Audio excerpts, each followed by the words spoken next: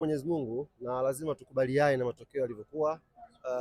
Haikuwa siku nzuri kwetu kwenye vitu vingi ndani ya pitch, lakini mwisho wa siku lazima ukubali kwamba bahati, mimi naamini imeangukia Azam FC leo.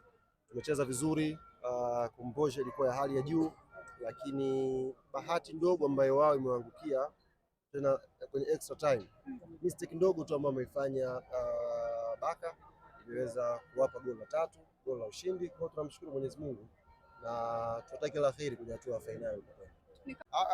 Concentration ya Azam ukiangalia walikuwa wanahitaji kwenda kwenye penalty kwa sababu walikuwa pungufu uwanjani, na sisi tulikuwa tuna push tusiende kwenye penalty, tuna faida kwa watu wengi uwanjani. Moment kama hizo kwenye mpira huwa zinatokea, the more una push, concentration ya kujilinda pia inakuwa ndogo.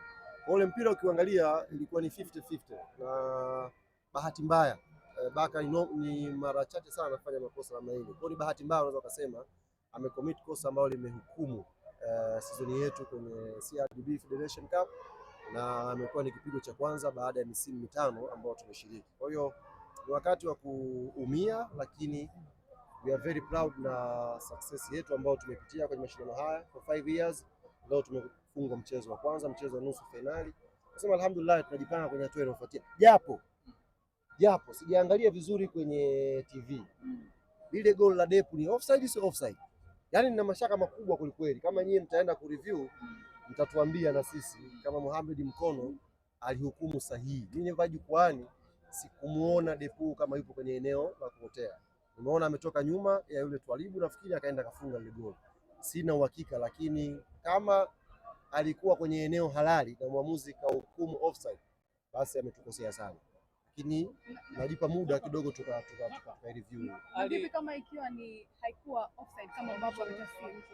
Sasa tunachoweza kubadili zaidi ya wao tu kuendelea kuongeza umakini, kwa sababu kwenye semi final unapotengeneza kosa moja kama hilo linaweza kuwa na hatima tofauti. Hivi tungeshinda maana yake tulikuwa tumeshinda mchezo. Kwa hiyo ni jambo hatuwezi kulirekebisha, ni kiasi cha wao kwenda tu kuangalia kama kuna sehemu paliteleza wakaboresha na wao, lakini alhamdulillah tunakwenda Zanzibar na mechi nyingine na Azam. Yaani tunaondoka kesho hapa tunakwenda kwenye Zanzibar ligi kuu ya NBC.